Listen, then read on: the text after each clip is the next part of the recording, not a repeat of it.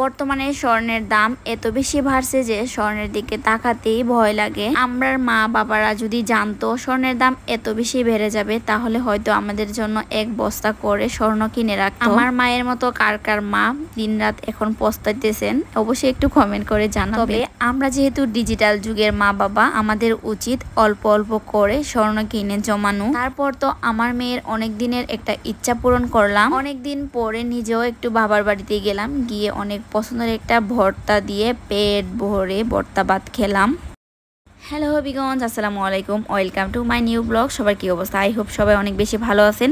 কে কোথা থেকে দেখতেছেন অবশ্যই কমেন্ট করে জানাবেন। বেশ অনেক দিন পরে বাবার বাড়িতে যাব, তো অনেক দিন পরে বাবার বাড়িতে যাইতেছি, একটু সুন্দর হয়ে তো যেতেই হবে। তো আমার ইনস্ট্যান্ট একটা ব্রাইট লুক প্রয়োজন। প্রথমে আমি অনলাইন প্রিন্সেসের ক্লিনজার দিয়ে আমি আমার ফেসটাকে ওয়াশ করে নিব।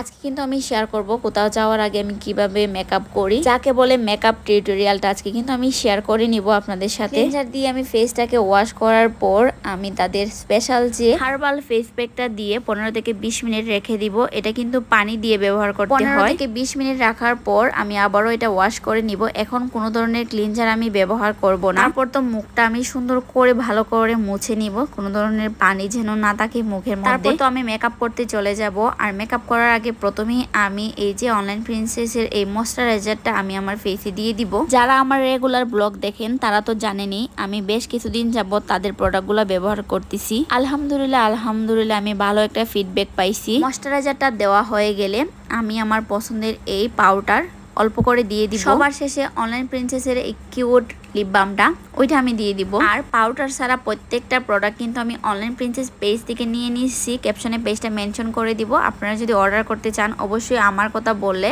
একটা বিশাল অফার পেয়ে যাবেন, সেই সাথে ডেলিভারি চার্জটা কিন্তু ফ্রি পেয়ে যাবেন।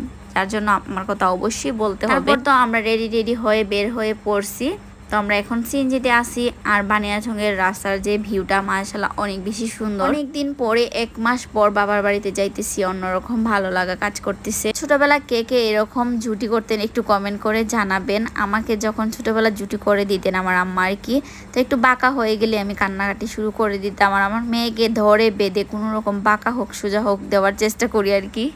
ও কেন জানি চুল ধরতেও দেয় না, ভাবতেও দেয় না। এই কাজটা কার কার বাচ্চা করে একটু কমেন্ট করে জানাবেন। স্ট্যান্ডে আসার পর রিক্সা নেই, তো আমরা হাঁটতেছিলাম, হঠাৎ করে দেখি একটা রিক্সা আসছে। তারপর আমরা চলে গেছি। তো একটু ঘুরে আর কি আমরা যাই, ওই জনবালি কলেজের ওই দিকে যাই। আমি আমরা বাবার বাড়িতে না গিয়ে সোজা চলে যাই বড় বাজার একটা গোল্ডের দোকানে। যাওয়ার পর ওইখানে যে ব্লগ করব তেমন কোনো প্ল্যান ছিল না, কিন্তু অনেক সুন্দর সুন্দর গহনা দেখে ভাবছিলাম যে একটা ক্লিপ নেই।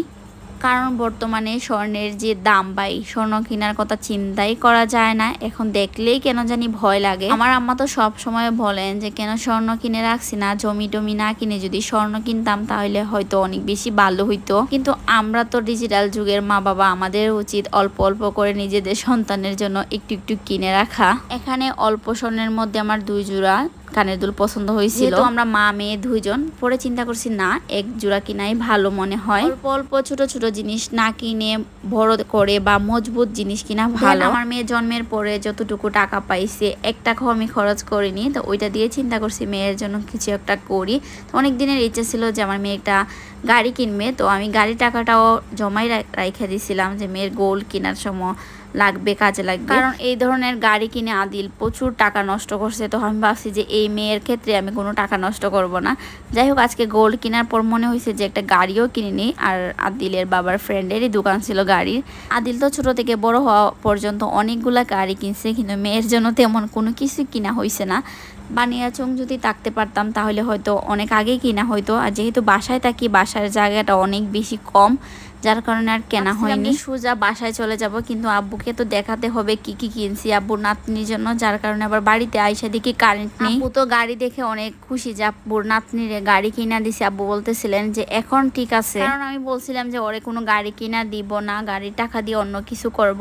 আব্বু সহ সবাই বলতেছিল একটা গাড়ি কিনে দেওয়ার দরকার, কিন্তু আমি জানি আমার বাসায় ঝগড়া শুরু হয়ে যাইব 2 জনে মিলে। বাসায় গাড়ি ঢুকলে আদিলের পড়ালেখা একদমই হবে না, আদিল গাড়ি নিয়ে বসে থাকবে, তারপর 2 জনের ঝগড়া হবে। ঝগড়া কিন্তু শুরু হয়ে গেছে। যাই হোক অনেকদিন পর বাবার বাড়িতে আসছি, আইসা একটু চেপা শুটকি দিয়ে ভর্তা বানাইছি, আমার আম্মা বানাইছেন আর কি। তারপর এটা দিয়ে অনেক দিন পরে পেট ভরে ভাত খেলাম। মাছ মাংস এগুলো একদমই ভালো লাগে না, ভর্তাটাই আমার কাছে অনেক বেশি ভালো লাগে। তো আজকে এই পর্যন্তই।